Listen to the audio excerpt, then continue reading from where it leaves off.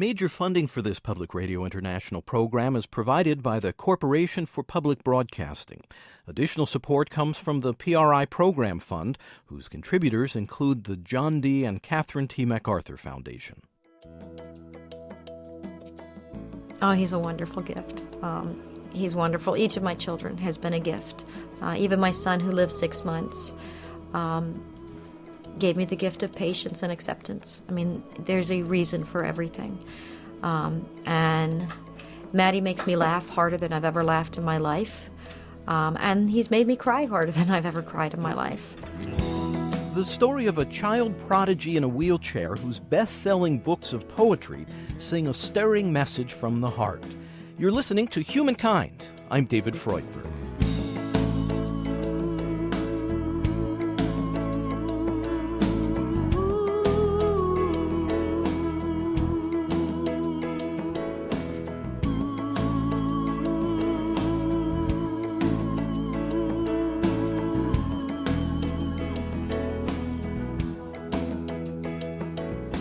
The biography in the back of his New York Times best-selling books Heartsongs and Hope Through Heartsongs lists his full name as Matthew Joseph Thaddeus Stepanek. But as he tells audiences he speaks to, sometimes numbering in the thousands, he prefers to be called Mattie. High-minded enough to be a wise old man, and gifted with dazzling eloquence, poise, and charm. It was only the glimmer of mischief in Mattie's eyes on the morning I met him that reminded me he was just shy of his 12th birthday. Farhan? You have a lot of calendar to catch up on. You bet I do. I will. Now, Matt, you are a major tangle here. No. You need to come on out here and we need to shake out your tubing a little bit because it's stretched and you're going to lose your oxygen. You closed the apple, Joey. Hey, that's my fault. I know. Living with his mother in a basement apartment in Upper Marlboro, Maryland, near Washington, D.C., Mattie spends most of his time tethered to breathing equipment, frequently gasping for air as he speaks. Mittie disease is a very rare form of muscular dystrophy called dysautonomic mitochondrial myopathy. And I have 2 brothers and 1 sister, only one of which I knew, Jamie, Katie, and Stevie, that died during young childhood. And my mom has the adult onset form of it. She is in a wheelchair. I'm also in a wheelchair. And I have the ventilator and the trach. I also have oxygen attached to the ventilator so that I'm not just breathing extra room air. I'm breathing hopefully 100% oxygen. And it makes me, I can walk a little bit to get foot away and reach something, but I get tired very quickly. I have difficulty breathing, and the dysautonomic part of it causes my autonomic or automatic system to malfunction and forget to do things that we do without thinking, like circulating oxygen and blood correctly. That's why I need a lot of blood transfusions and blood tests, and that's a disadvantage because I hate needles. I'm afraid of them. The grim toll that muscular dystrophy has taken on Mattie and on his family might well have crushed this slender boy with the short brown hair and the dimpled cheeks, who has spent so much time on hospital beds. It might have cheated him at so young an age of his sense of humor and of the fighting spirit required by anyone to defy a fatal diagnosis.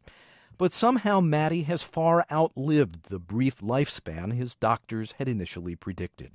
And he's done so in part owing to his simply amazing attitude. Well, I'm not the only disabled kid in the world. There's a lot of people, not just kids, that are sick in some way. And a lot of them are very sad about life, feeling down in the dumps. And I tell them, appreciate every moment of life. Because even though you live forever in a better place after you die, you should enjoy life on Earth while it lasts. And don't spend whatever time you have on Earth sitting in a corner, feeling miserable for yourself. Remember to play after every storm. That's my life philosophy. What does it mean to play after every storm? Well, it means we all have life storms. Times in our lives that are extremely sad, scary, angry. And instead of just suffering through them and then afterwards just sitting, crying, and waiting to be wiped out by the next one, we should celebrate together that we got through. And when the next one comes along, work through and pull through and celebrate again. And always remember the bad times, but never dwell on them. Is it tempting sometimes to just really feel sorry for yourself? Does it ever get you down? Oh yes, I get sad, scary, even sometimes angry, but I don't dwell on it. I don't just curl up and wait to die. I live every second of my life. I talk both publicly and a lot at home. I have fun. I'm a normal kid, and I always live life to the fullest. And I've not only fight this disease, I triumph over it. Triumph over it means? Not to dwell on it, not to just say, I'm sick, my life is terrible, I can't run around and jump, I can't dive into the pool. I rather say, I can't run around, but I can sure as heck roll around pretty fast. I can't dive into the pool, but I can get a water gun and squirt people. So I always see my glass half full, not half empty. Because if we see our glasses as half empty, they may as well be empty all the way. Mm-hmm. So I better be careful in what I say, or I might get squirted by a squirt gun. I'd be careful around you. Well, I'll be careful around you.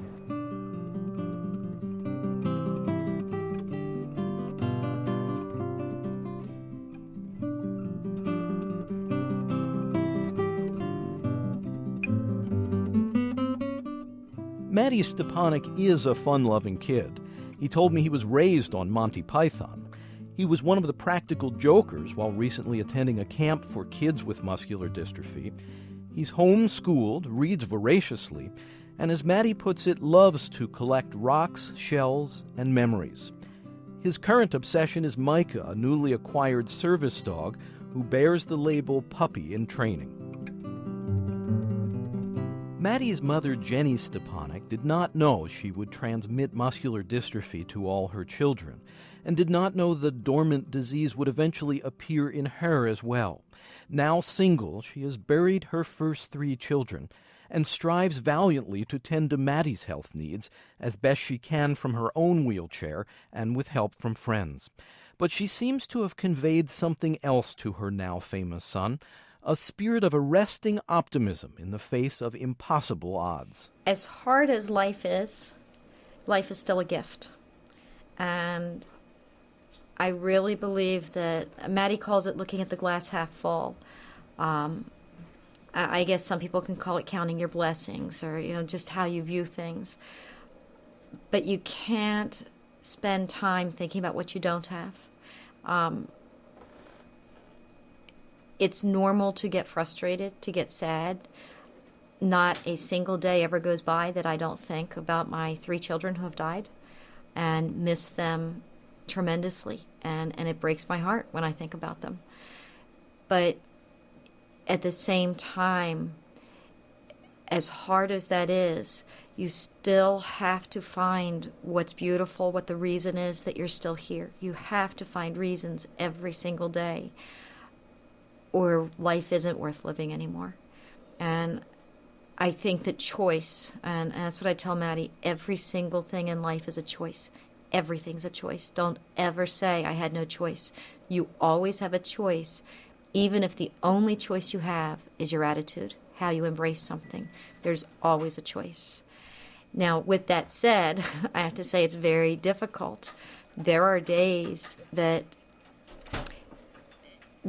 my choices are things like just making myself get up. You get so frustrated, and it would be so easy. Is it hard for you physically to get out of bed? Physically, it's hard to get out of bed, but I mean even more so emotionally. The days that I have a lot of physical pain, that's almost something that you can say, I hurt physically, so I'm going to stay in bed. I'm talking about more of the emotional pain, that why am I getting up? Why am I going to do this again today? All right, why am I going to get up when I know all the equipment I have to face that my son's on, when I know that any one thing that I judge wrong, I fall a step behind on his care, could cost him his life, that I know I have a life-threatening condition. Mine's different from his, and it's not as volatile as his. I'm not medically fragile like he is. And to get up and think about my children. There are days that it's just really, really hard. And then you turn on the TV and you see the violence in the world, and everybody always has a complaint about something. And you think, why are we doing this? But you do. You get up and you have a cup of coffee, or you look for something good in the newspaper. Or if you have to cry, you cry. And then you laugh. But life is too big of a gift to spend all your energy being upset and traumatized and not moving on and creating reasons to keep going.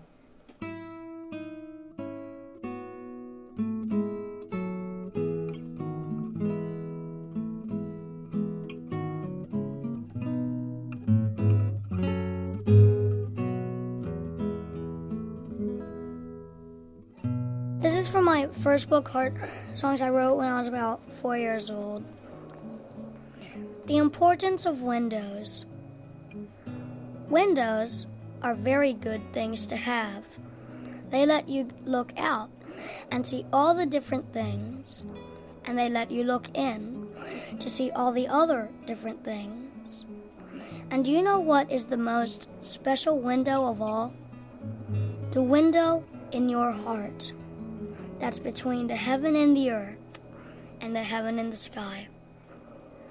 And what is the window in your heart? The window in your heart is like your view on life. It's your heart song, and a heart song is like your inner message. It's your inner beauty, what you are meant to do in life. My heart song is to share the gift of heart songs and help others hear theirs again. And all heart songs exist in harmony with each other, we can't force our heart songs on others. We can't say my heart song is good, now it's yours. We have to share them and let them work together, but only when we understand it.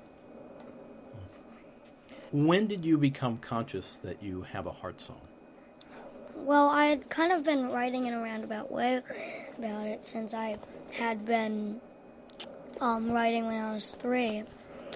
But when I really wrote what I like to call my master poem about heart songs, and I analyzed it as a heart song, I was about 5 years old.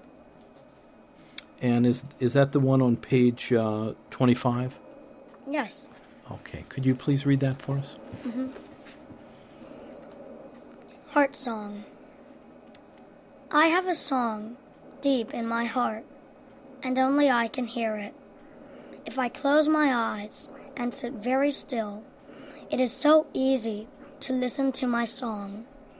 When my eyes are open, and I am so busy and moving and busy, if I take time and listen very hard, I can still hear my heart song. It makes me feel happy, happier than ever, happier than everywhere and everything and everyone in the whole wide world, happy like thinking about going to heaven when I die. My heart song sounds like this.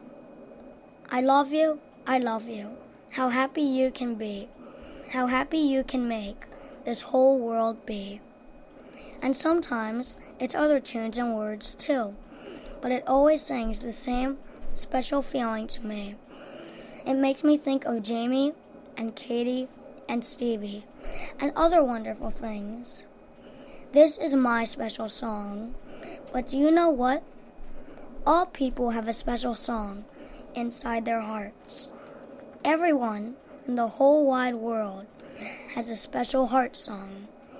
If you believe in magical, musical hearts, and if you believe you can be happy, then you too will hear your song.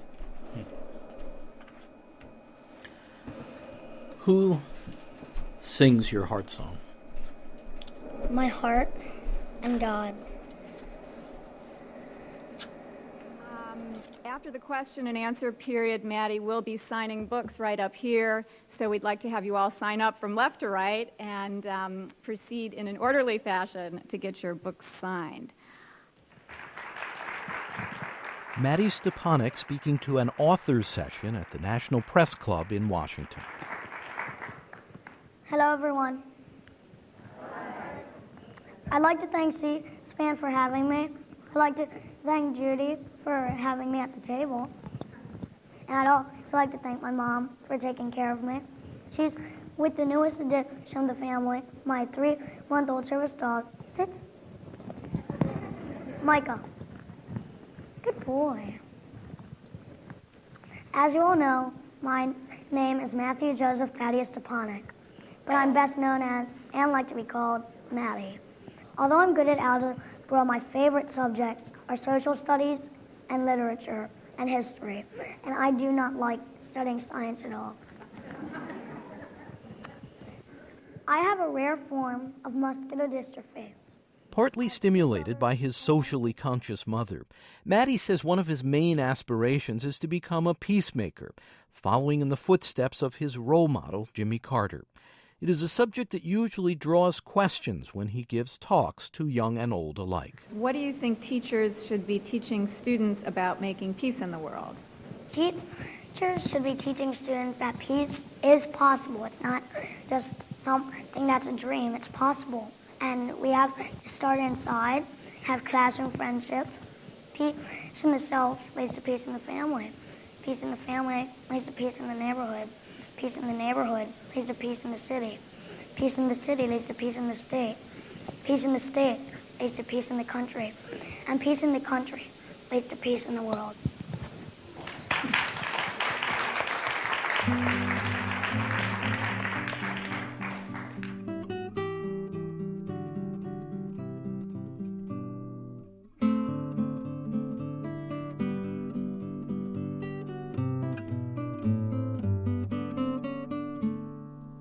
Last year I was very sick. My fingers, my lips, my toes were all bleeding from lack of oxygen. I was having a lot of difficulty breathing. Then later in the summer, after they thought everything was better, the same thing happened to my lungs. And they said one day I'm just going to bleed so much, lungs are going to collapse. I'm going to suffocate for about 20 minutes.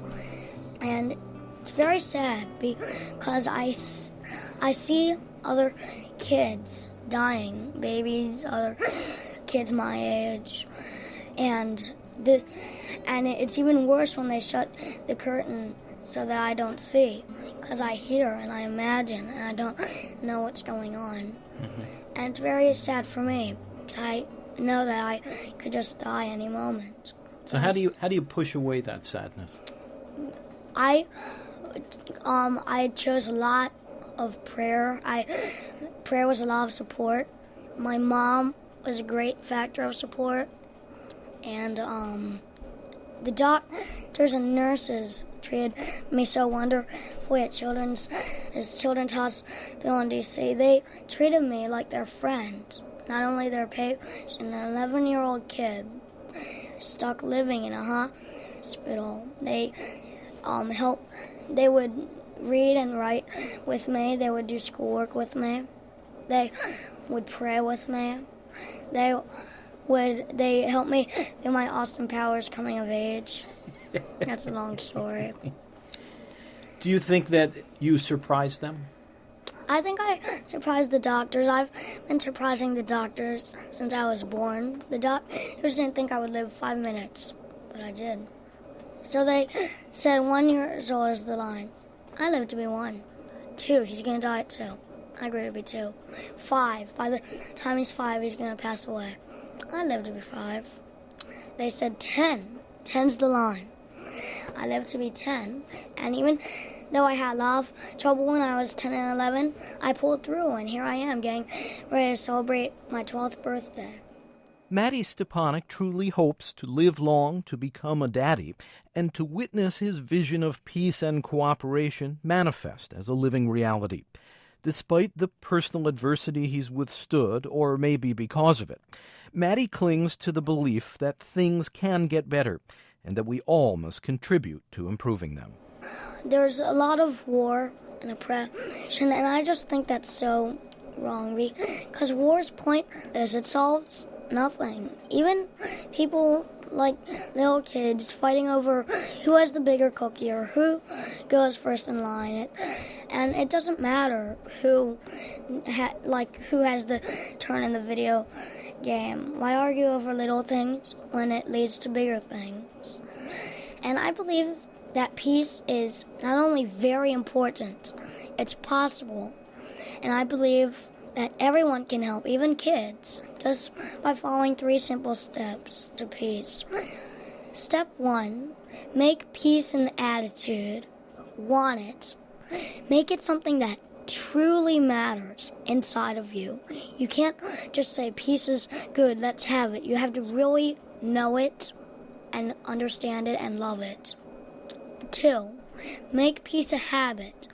Don't just think it, live it, share it. Be a role model. Say thank you. Say you're sorry.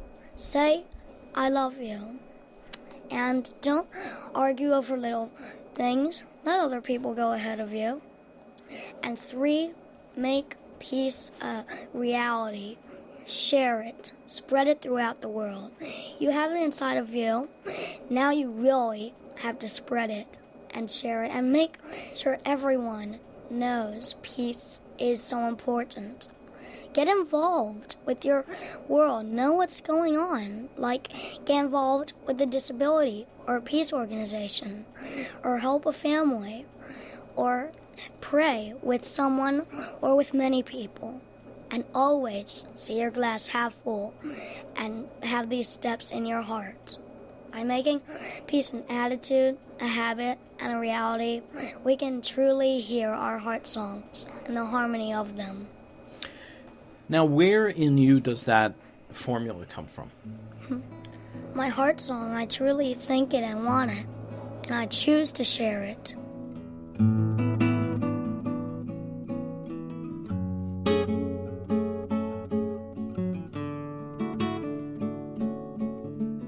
I think it's sad that people are not only fighting over material things like land and money, but also things like God and faith. That's so pointless, and whatever God is, he or she or it does not want us fighting over faith. Basically, the idea of faith and religion is that there's something bigger and better than us, better than the here and now, and we are all hoping and praying to a better place. And I think that it's sad that we're fighting over what it's called. We can call it whatever we like. It's still all beautiful. We can call it Allah, Yahweh, Buddha, God. All those names are what make him, it, she beautiful.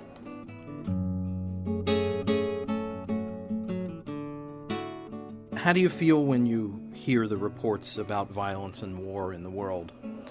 I think it's very sad that people make that choice, and I wish that I could travel over there and talk to them and help them to understand Heartsongs and peace and why war is solving nothing. You should always keep trying. I live by 3 life philosophies every day that I think that everyone can learn so much about. One is my life philosophy, to remember to play after every storm. Second is my mom's life philosophy, to celebrate life every day in some way. And last, but certainly not least, my hero, Jimmy Carter's life philosophy. If you want something bad enough, never give up trying for it, and you will succeed. I know you've developed a friendship with former President Carter. What about him made you so interested in meeting him in the first place? Well, I see Jimmy Carter as a hero because he is a humble peacemaker. He'll solve a huge peacekeeping effort, or he'll write a book, or he'll help build a house, or help a family. And instead of coming home and bragging about saying, look what I did, I'm like a super peacemaker, he thanks people for thanking him and goes on to help someone else. And I just think that's so wonderful in a person. And when So it's his humility that touched you the most? His humility and ways of peace. He is such a gentle, loving person. And What do you two talk about? anything from peace and books to baseball. We talk about all kinds of things, art travels, we share stories together. And when I first met him, it was a surprise on Good Morning America. And I was in total shock. At first I was like, no way. And then I just got so quiet.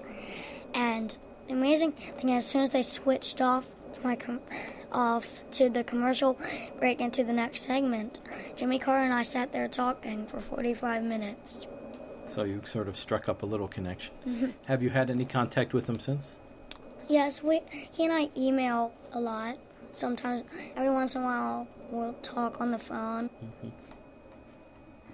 I wanted to ask you to read one more. Oh, Piece of Patience. Okay. I wrote this in November of '99. And I was talking and thinking a lot about peace with my mom, and this poem came out. Piece of Patience. I cannot wait to become a peacemaker. I cannot wait to help the world overcome anger and problems of evil. I cannot wait for the world to be peaceful and for everyone to live in harmony. I cannot wait to grow and be and overcome, but I will wait with patience and hope and peace. I like that one a lot, Mattie. I do too.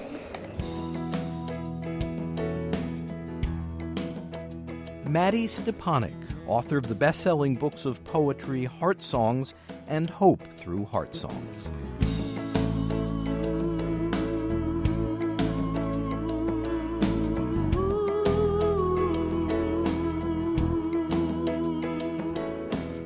You're listening to Humankind. I'm David Freudberg. Studio recording by Bill Wangren. Editorial assistance from Francis McGovern. Special thanks to Ben Meltzer. Our program is presented by Human Media in association with The Network Incorporated. Program development and support provided by Shart Media. We're distributed by PRI, Public Radio International. If you'd like to purchase a cassette copy of Humankind by phone, please call toll-free 1-800-5-LISTEN. That's 1-800-5-LISTEN. To learn more about this and our other programs, and to hear selected episodes online or to order tapes online, check our website, humanmedia.org. That's humanmedia.org. We'll give that again in a moment. Major funding for this program is provided by the Corporation for Public Broadcasting. Additional support comes from this station and the Public Radio International Program Fund, whose contributors include the John D. and Catherine T. MacArthur Foundation. Again, for tapes of Humankind, call 1-800-5-LISTEN, and our web address is humanmedia.org. This segment, Mattie Stepanek's Heartsong, is Humankind program number 58 from PRI, Public Radio International.